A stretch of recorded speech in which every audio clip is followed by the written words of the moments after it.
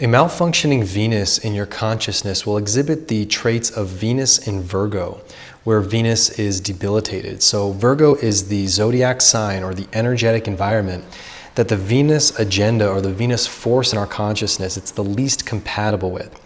And this doesn't mean that if your Venus is in Virgo that your Venus is automatically malfunctioning, although there is a much stronger tendency for that to be in the first 30 to 40 years in your life. And we're going to go through an example here in a moment to show that a person with Venus in Virgo actually has very good qualities of Venus in her life, but we'll get to that in a moment. So your Venus could be in any zodiac sign, but when it's malfunctioning, it will take on some of the characteristics of Venus in Virgo that we're going to describe. In Western astrology, the sign Virgo is the virgin. The Latin word Virgo means virgin. So in Vedic astrology, the word is Kumarika, which translates to the girl, and that means a prepubescent girl, so not a young woman and not a woman. And a girl is naturally not interested in romantic or physical relationships. And romantic and physical relationships is a big part of what Venus is doing within us. And symbolically, the girl is a symbol of purity. And Virgo is the sign of attempting to get at a distilled, pure form of something, which is the reason why Virgo is the sign of mathematics, the language of pure, true, and false of things. So the Vedic translation makes more sense for Virgo being a girl rather than this voluptuous virgin, because it is the worst sign for Venus, this planet of relationships, of sensuality, of romance, and devoting oneself to a partner.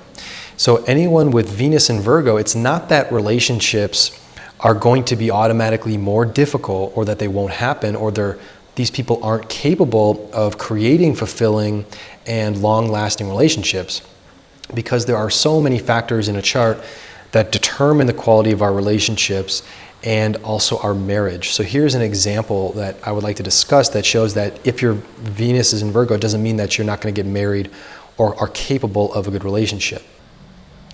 So here is an example chart of a person who has had the same partner for her entire life. She dated this person for 5 years. She got married and was married to that person for 47 years until he passed away. They were an extremely happy couple their entire lives. Now look here, we have Venus in Virgo, so Venus debilitated in Virgo. And it's also being shamed by Mars. When any planet is conjunct a malefic planet such as Mars and also conjunct Rahu or Ketu at the same time, that planet gets shamed. So it's actually a shamed Venus as well. So it's not an ideal Venus and a healthy Venus at first glance. And of course that this person will have experiences of certain shame, but that is a whole different topic to go down. But as you can see, this person lived a healthy life with a person in a long-term relationship. So charts are really important to look at holistically, because if you look here in the Navamsha chart, the chart of marriage, the chart of what we're devoting our lives to, Venus is in Taurus, and that's its own sign. So Venus is nice and healthy here, and it only has an aspect from the moon, but it's a nice solid Venus here. So in the marriage chart, Venus is positive. And also take a look that the Darakaraka planet is Mercury, the planet of the partner is Mercury, and Mercury is in the ascendant sign of Scorpio, which shows that the person, that the Darakaraka, the spouse, is important to the person's path in life. So a very tight connection between one's path and having a partner on one's path throughout their life. So partnerships are going to be very key to this person and having a partner. So, and that is going to be important to her core personality. So as you can see, this is just to show that it doesn't matter if Venus is in Virgo, you can still have a powerful marriage throughout your life and still live with the same partner with a lot of satisfaction throughout your life. So it's just to show that charts are complex, charts are multifaceted. So the planet of partnerships, if it's debilitated, doesn't mean that you can't have a partner throughout your life and that you can experience marital satisfaction even when Venus is in Virgo. So with that said, what is Venus in Virgo? What is it undergoing if it doesn't automatically mean no relationships or poor relationships. So it causes in general this decrease in the pleasure received from the sensual aspects of a relationship or partnership, or a de-emphasis on that aspect of a relationship being the most important part, the romantic aspect. And it can cause a person to see partnerships from an extremely practical and sometimes a no-nonsense perspective. So it's not so much about the enjoyment of a partnership, but that a partnership fits this rationale for why you should be in a partnership. So there's kind of a dryness of a view that a person with Venus in Virgo will have. And I mentioned that Virgo is the sign of purity, of yes and no, of correct or incorrect. So Venus here can be very no nonsense in relationships, but more importantly, and this applies to unhealthy Venus in general, it has difficulty reading in between the lines of what a partner is saying to them, and they can interpret what the partner is saying in a very literalist way. So it's extremely important to be able to read in between the lines of what other people in general are saying. They might not come out right and say exactly what they think or what they want, but internally they have something that they think that they want, and Venus has this intelligence to it. It's called kavya. And kavya is being able to see deeper meaning and significance underneath a literal statement. So Venus is this planet of poetry, and poetry has it has fewer lines than, say, a novel, but it packs more information that you have to read within, and there's deeper meaning in shorter sentences. So that is that power, that great gift, that great skill of Venus, is to go deeper and to be able to intuit, but also read into deeper meanings of things than what is presented just on the outset. So for example, in a relationship, say if your partner says, wow, it's a beautiful Saturday afternoon, and look at the weather, it's just sunny and perfect day outside. And that's all they say. And so an unhealthy Venus person is going to say, yeah, it is a beautiful day outside. And that's it. And what is happening is that the person isn't reading into, say, what the other person may want or maybe is desiring, even if they don't know it. So a healthy Venus is going to read beneath that statement and see that the partner wants to go out and spend the day outside with you and spend time, say a day off together in that beautiful weather. So when a person says something indirectly or is very subtle about what they're saying, whether that person knows it, what they're saying is what they want or not, they could be purposefully subtle and indirect, but sometimes not. A healthy Venus is able to get at the heart of what they're actually saying, what they want, and saying that, you know what, she's saying, let's go out and let's go spend the day together outside rather than work on things that we have to do around the house. They're saying, oh, let's go spend the time outside, where an unhealthy Venus is just, oh, she's just saying that it's a nice weather. But the healthy Venus is saying, oh, she's trying to get at something. She actually desires something, and that is this, this, and this. So that's just a very simple example, but the good, healthy Venus is able to see what people are really saying, where an unhealthy Venus is at this literalist interpretation of what other people are communicating. Now think about what we've learned about as Venus as the mediator, the diplomat, and being able to see the many varying sides of an issue and be able to negotiate the best outcome, say if it's two people or more than two people. So healthy Venus can see that two sides of an argument or a disagreement, that they both have valid points to them, and a good Venus is essentially working to bridge a disagreement or bridge two opposing or more than two opposing sides, and to make compromises when they're necessary. So as I said, Virgo is this mathematical yes-no sign of pureness, of do or don't. And so that means that an unhealthy Venus is going to take that approach when mediating things. And it will be too stringent and even can be very extremist about sides, that one side is wrong and the other side is right. So a healthy Venus is able to successfully, in English we say, marry differing sides or opposing things, to marry them together. And what that means is to harmonize them. It's funny because Venus is this planet of marriage, of partnerships, but to marry things together, to bring them together and make them work. Unhealthy Venus gets very frustrated because it believes that one side is correct and the other side is incorrect. And not seeing that two sides can be simultaneously correct, but they're still disagreeing.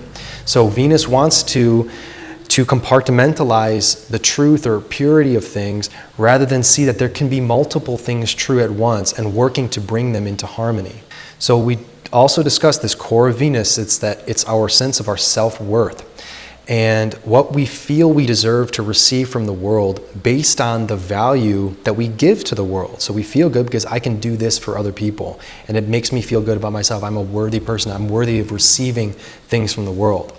So the unhealthy Virgo consciousness, and especially the unhealthy Venus consciousness, and especially with Venus and Virgo, is going to have a lot of internal doubts about what they bring to the table, to bring to the world, and what their true worth is.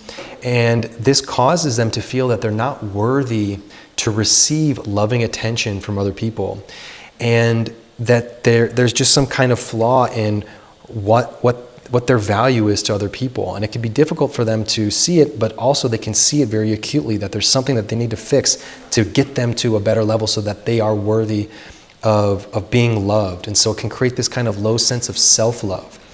And what this can do is cause them to overcompensate for that doubt about their self-worth. And so Venus is, of course, famous for the sign of meticulousness and perfectionism. And so when Venus has this sense that of that Virgo, of that sense of wanting things to be perfect, it means that they have to be perfect to be worthy, and and their self-worth has to be perfected in a certain way in order to receive love or receive things. So they're trying to make things perfect about themselves internally, and that can overcompensate their external behavior, because they're too aware of their imperfections. And what this does is that it can cause them to overcompensate on their external appearance, because Virgo or Venus is the planet of how we present ourselves and how we beautify our physical appearance. So a good Venus is going to be a person that will present themselves in an elegant and clean and proportional way. But the unhealthy Venus overdoes it. They'll wear too much makeup. They'll try to get plastic surgery. They're the people that wear too much perfume or too much cologne. And they're trying to overpower their external appearance. And what that is it's trying to make up for an internal sense of self-doubt about what their true worth is. They're not worthy enough for other people, so they have to overdo it externally. People that change their appearance too often. It's trying to make up for something within themselves that they feel is a flaw. So the unhealthy Venus is going to have that really kind of nagging sense of a lack of self-worth within them, and the feeling that they need to be perfect in order to be worthy to others. So a harmed Venus is going to be idealizing love and idealizing partnerships in an unhealthy way.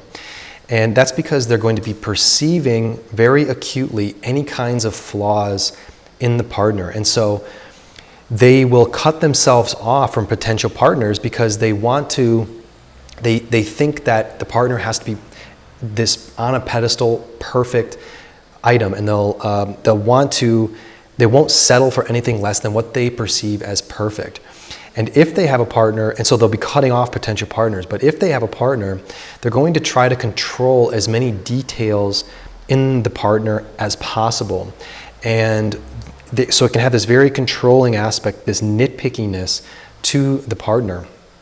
And so an unhealthy Venus, and especially Venus and Virgo, they're just too selective, very, very selective about the partner. And that can be very positive because if you're going to be dedicating your life to someone, you need to be very careful about who you're choosing and the value that you're bringing in, the value that they have that can be brought into your life. But then there's this overly selectiveness and overly controlling, which causes strain and stress onto the partner and the partnership, because the partner will feel like they're never truly good enough. And if you don't have a partner yet, it's cutting yourself off and saying, oh, they're not good enough, they're not good enough, not good enough. And that just ends up pushing everyone away. That could be great for you, but you're too focused on what they don't have. And so a healthy Venus, which we're going to talk about in the next video, Venus and Pisces exalted, but also very much in the video about Venus's friend Saturn. Saturn is this planet of what we're not and the things that we're not good at, and knowing that we have these complexes within us. Well, Saturn's a friend with Venus. Venus treats Saturn as a friend. And that's because a good, healthy Venus is able to see flaws in other people and then accept them and love them despite those flaws and value them for the good parts of them, knowing that they have parts of them that aren't as good. So that's a positive way to treat a partner. So a healthy Venus can live with imperfections, but unhealthy Venus is stressed out about imperfections in other people. And again, it just puts a ton of amount of strain on the partnership. And instead of the two people being able to know that there's things wrong with them and then grow over the long term, Saturn is the planet of time and the long-term goals we have, and grow and perfect and improve on ourselves and gradually improve on our flaws slowly. The unhealthy Venus is just too focused, focusing way too much of their attention on what's wrong, when a healthy partnership really is about communicating and focusing on those good things and building that other person up based on what they have good going, and bring a person's consciousness to those positives, not neglecting or denying that there's bad things, but not hyper focusing on them. So the Venus, unhealthy Venus, that's what unhealthy Venus is doing. Focusing on flaws instead of amplifying the positives in another person. So a great word to use with Venus is the word satiation. Like drinking a cold glass of lemonade or water or a kombucha on a hot day, on a scorching hot day, that feeling, oh wow, that tastes so good, after a workout or something like that. When your body is put at ease and when your mind, that sensation of satisfaction, when your mind is at ease. So the unhealthy Venus, those sensations are fewer and far in between, and they're harder for a person to get to that relief point. And it's because, again, they're directing so much of their attention on what needs to be improved or better about a situation, and bringing things into a rigid standard. Things have to be a certain way, and essentially micromanaging how they need to feel good, or having an extremely high standard of what they need in order to get to the relief point. I'm not going to feel relief and pleasured and feeling good about myself or feeling good about a situation unless all of these boxes are ticked. And that also goes with, of course, micromanaging a partner.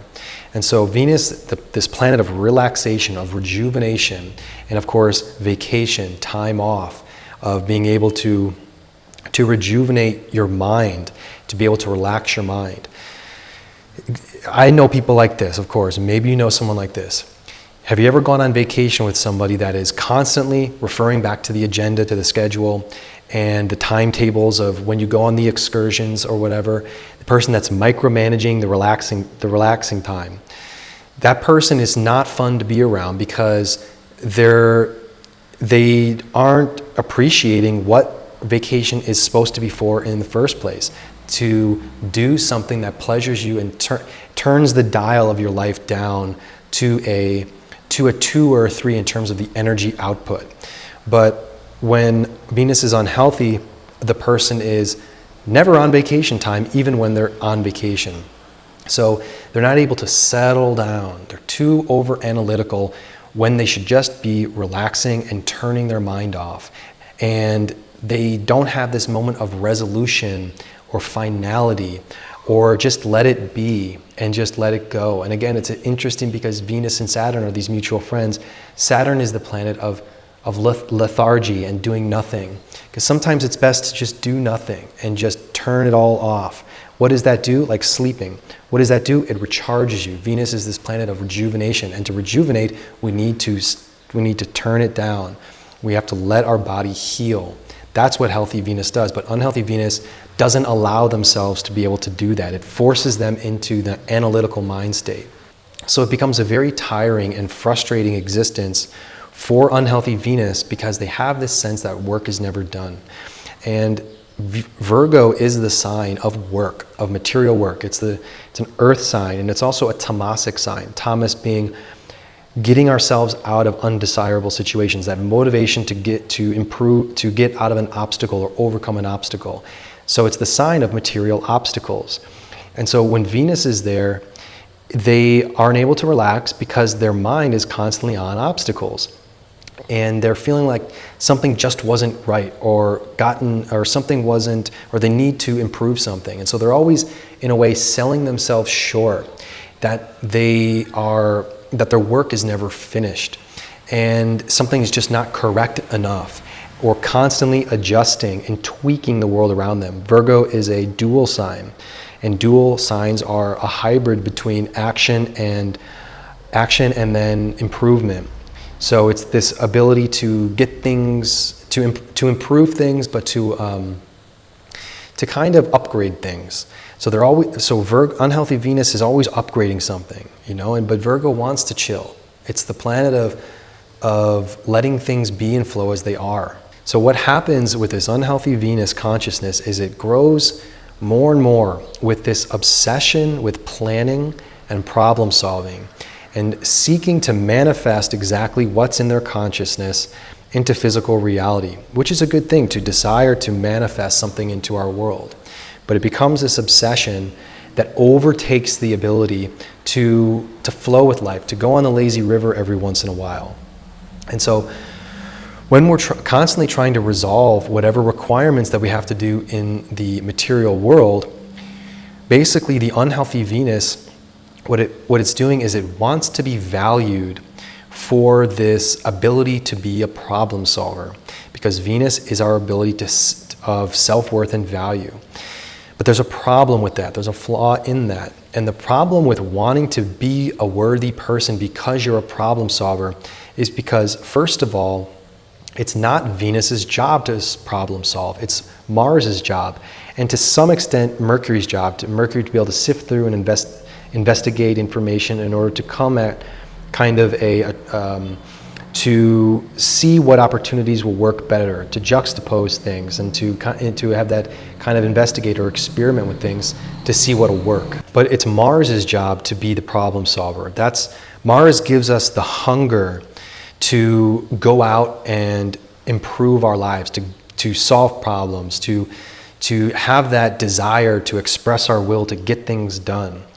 And so it's a good word to use with Mars is this hunger, this internal fire to go out and to make things happen. But with that, we need to be satiated at some point to be able to quench that thirst, or to be able to satiate that hunger. And that's what Venus is. So Venus and Mars, they're mutual. They're mutual neutrals.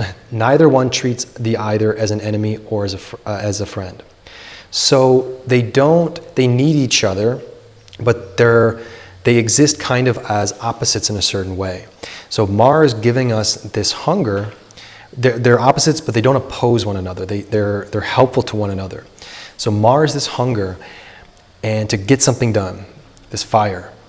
But if there's an unhealthy Venus, the person feels way too much hunger and thirst for the world. Being, that kind of term, thirsty, too thirsty to have something. You can be thirsty to have something, but without Venus to satiate that, to complement that, and to be able to come to that resolution, the quenching of the desire and the feeling of content and ease once that hunger has been achieved. So Venus is the planet of eating nutritious foods and nutritious drinks, because it soothes our body. It gives us the nutrients to replenish our body and to put our body at ease. Unhealthy Venus doesn't eat nutritious foods or drinks. It ingests food and it ingests things that deplete our vital energy. And so after they eat or drink something, they don't get that healthy satiation. They're still thirsty for more, hungry for more. So I don't remember the last time I ate at McDonald's in terms of how many years ago it was, but I remember the moment when I was eating it, and I had an immediate stomach ache. So it was like a McChicken, I think. I eat it, and then you ought to immediately feel a stomach ache. And wow, that did not feel good. So that's what unhealthy Venus is. They eat something or they do something, and it it doesn't give them the feeling that they were looking for of, oh, okay, I felt content now because I accomplished something I did. I quenched my thirst. I satiated my hunger. So we need that healthy quenching of the thirst that Venus gives us. And because when we work hard to accomplish something, we have to have those moments of repose and of calmness. Okay, that feels good to have gotten that done. I worked hard in the field all day. Venus rules a hardworking sign. It rules Taurus, of hard work, of industriousness, of resourcefulness, of doing tough things. And Venus gives that, because when we do hard things, we feel good after it because we accomplish something. So Venus naturally gives satiation after hard work. The unhealthy Venus doesn't get to those points. It struggles with feeling content after they worked hard at doing something, or to just feel okay with what they've gotten done and not always trying to do more. Now, a good word to use in conjunction with this, with Venus, is this word resolution. Coming to a nice, healthy resolution. And think about how storytelling works. And Venus is the planet of storytelling, of fiction, because in a false story, in fiction, you're able to communicate truths, a deeper meaning. Again, that able to penetrate into deeper meaning, into something that on the surface is say untrue, or is not expressly saying something directly, but to get a deeper meaning. And that's what great fiction does. It tells truths about humans and the world through a fictitious story. So any story has this problem it starts with. In the end of the story, there's a resolution to the problem. And so how dissatisfying is it when you watch a film and there's no resolution? Basically, movies don't make movies like that. There has to be some kind of resolution. Whether that resolution is the Hollywood ending, everything's perfect, and they march off into the sunset and everything's just ideal and great. Or it can be more complex resolution, where the themes interlace and there is a resolution that shows multiple sides of the reality of life, but in a way that there's still a resolution that gives you a sense the story is over. But then think about all the series that end on a cliffhanger every episode. And then it leads to the last episode in the series, and it's another cliffhanger. So you got to come back at the end of this, then wait a year, the next season starts, and it's going to be cliffhanger after cliffhanger.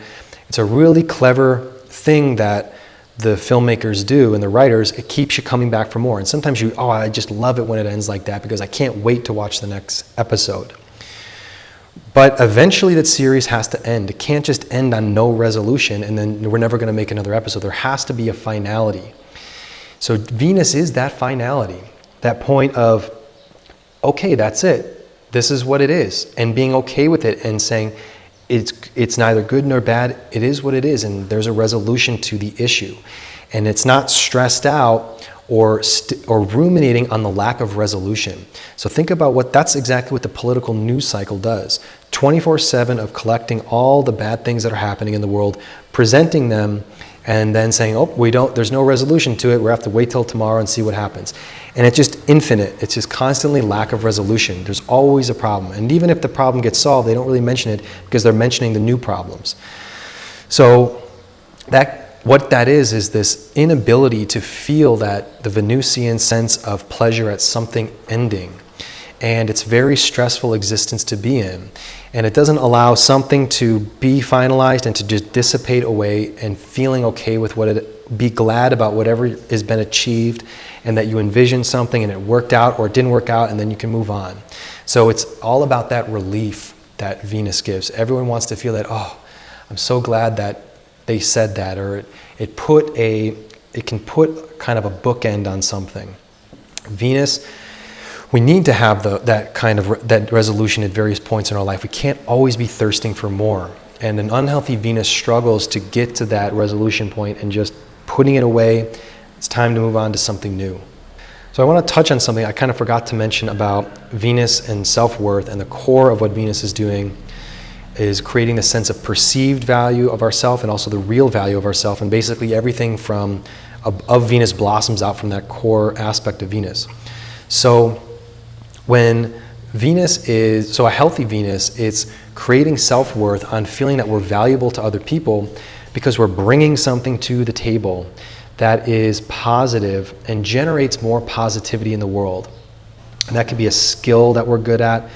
It could be that we're hardworking. It could be that we offer good advice to other people, or we are a good chef, or whatever. Anything that we do that brings something to others. So the problem with Virgo, the problem-solving world, and basing self-value on problem solving is that you're not adding anything to the equation or bringing something of value. It's essentially just preventing bad things from happening, or invaluable things from happening, or it's basing your self-worth on I prevent problems, or I fix things that are broken or things that are breaking. And that's a good thing. You know, don't get me wrong, I value my ability to solve problems. But a healthier way to go about life is to say, I can offer this great thing to you and it adds to your life, or I have a lasting solution, and not just being able to nitpick little problems and solve problems. So, because what it ends up being is it ends up creating a negatively focused mindset, only trying to meticulously dissect flaws and then fix them. And it's a tireless and it's a stressful mind state. And what it does is it prevents a person from, like I said, it's all about the value that you bring to the table that isn't focusing on negatives. What positive do you bring? So saying I'm valuable because I'm a problem solver, it's not contributing enough, because it's not adding really in a way to bring things that other people have that they need, and then being able to receive something that you don't have in return. So it's a very subtle thing to try to describe, but you don't want to be basing your value on knots, on things that are negative and trying to fix negative things. You want to be additional. You want to add something that can help other people build their life. Because of course, like, think about a lawyer. A lawyer's job is to solve problems, your problems, and that's why they're valuable. But that's not the totality of their self-worth. They add other things into people's lives that aren't just based on solving the problem and that's it. If they have a family or if they have loved ones, they're not acting as a lawyer in their daily life. No one wants to be around a person that's constantly nitpicking problems and finding solutions to problems all day long. So even though lawyer, that's a great skill that they have to solve problems, they're not lawyer 24/7. They have to have other things that they bring to the table, not just always problem solving. So it's a subtle thing to get at. It's a little bit difficult for me to explain, but the point is that you don't want to base, an unhealthy Venus bases their self-worth on these negatives, these kind of negative view of the world and trying to solve obstacles. That's Mars's job. You can't always be in the Mars mind state. It's too tiring. We have to be able to base our self-worth on how we can help soothe and make the world a more harmonious place. We want to be able to have something about us that does that. And that's what Venus ideally is able to do, to be able to harmonize the outside world, to be able to base our value on, I do this really well, and I'm able to, so like a lawyer can do that. I'm able to harmonize the situation, not just describe the problem of the situation. So I don't know if I'm explaining that well enough, but you don't want to have that kind of negative, it's a negatively focused view on self-worth, that I can prevent things instead of what I'm adding to the situation. And so again, of course, Venus can be in any sign, but you know that Venus is unhealthy when it has that feeling, that constant sense of dissatisfaction with things.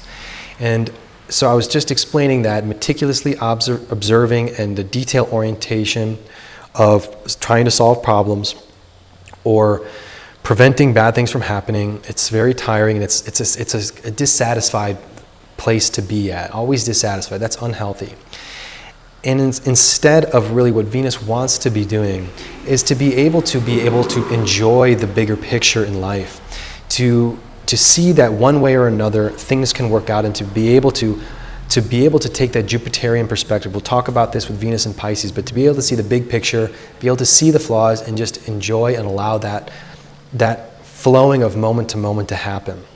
So another very common thing, a common unhealthy aspect of Venus that's so common in our modern age, is the dissatisfaction of overstimulation of pleasure. Because when Venus is in a good place, it's able to feel pleasure in whatever situation that it's in. You can take the good and the bad and just to be able to enjoy that moment and to be able to flow with that moment. That's a nice, healthy Venus. And to be in a tough situation or a tough place, but you're still saying, you know, I can find something good about this. I can enjoy this for what it is. That's a nice Venus. But an unhealthy Venus is going to be still dissatisfied in very pleasurable situations. And this comes from the overuse of technology and entertainment and the overstimulation that's caused by cell phones and information. So cell phones and social media, they're designed to keep the dopamine firing and the serotonin firing. And you're getting these constant hits of pleasure. So Venus is our ability to feel profound pleasure, but also simple pleasures. And so the algorithms are personalizing those hits of pleasure. And what happens is that you're getting hit by all these pleasure, but you're still unsatisfied. You're overstimulated by too much pleasure. So if you're sitting on your couch for 2 hours on social media, just scrolling, doing nothing productive, you feel exhausted afterwards. And we're all guilty of this to a certain extent. But that's a very unhealthy Venus consciousness. It's this lack of balance when it comes to experiencing pleasure, because it's taking pleasure to an excess. And that can mean with food, it can mean drugs, it can mean drinking, overindulging in whatever it is that you find pleasurable. And like I said, that is most common with cell phones and social media. So, too much entertainment as well. Venus is the planet of entertaining, is shutting our minds off and going into another world to forget about our lives, to recharge our minds, and not to be thinking about our daily problems. So the unhealthy Venus is essentially overstimulated by pleasure, which conversely means that they need more to feel pleasure, but eventually they feel exhausted and lack of rejuvenation. It's essentially taking pleasure to an excess. So it's too much pleasure and true satisfaction is not achieved, and it becomes harder and harder to realize that satiation, that sense of calm and restfulness.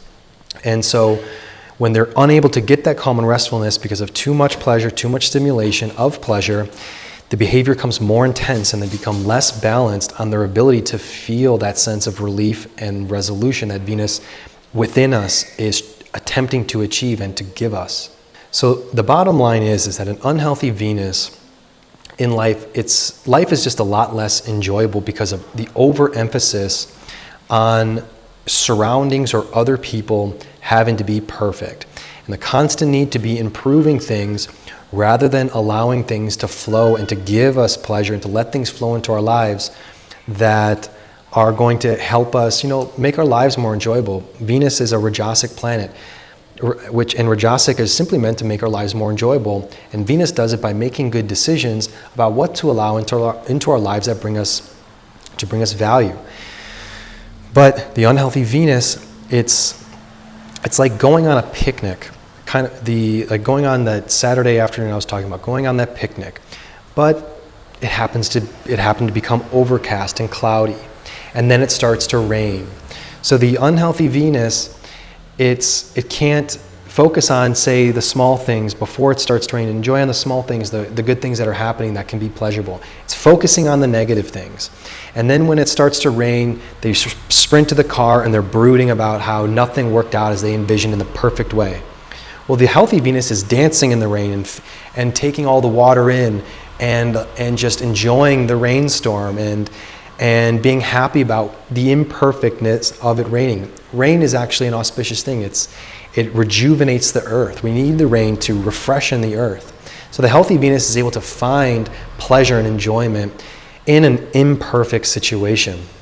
And they're not so focused on envisioning and manifesting perfection and noticing all the flaws, and they feel like they can't feel good, they can't feel relaxed until it's all perfectly situated. That's the unhealthy Venus. So if Venus is unhealthy in your consciousness, you sense these parts about you that I've been describing, it's important to find ways to shut off the outside world. We say to let your hair down and to relax. Sounds easier said than done, but to stop being so dryly competent at everything and to learn to be content with what's around as it is.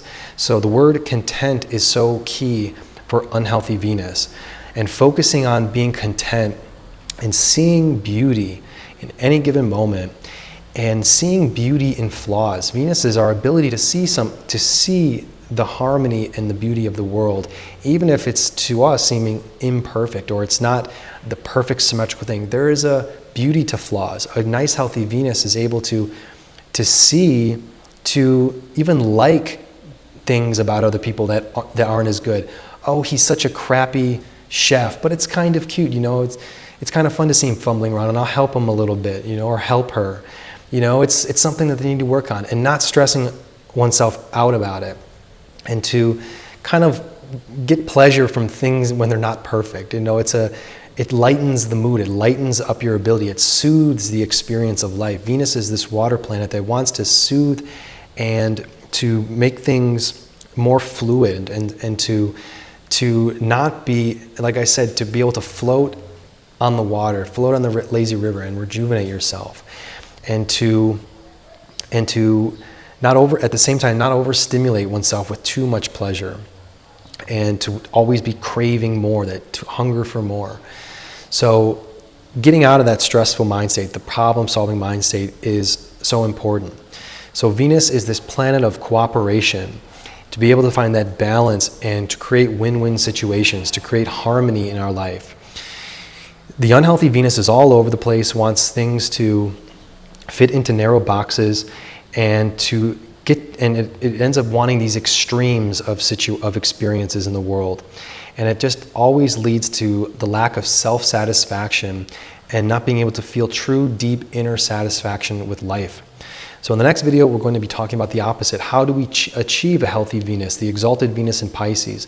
How do we go about doing that?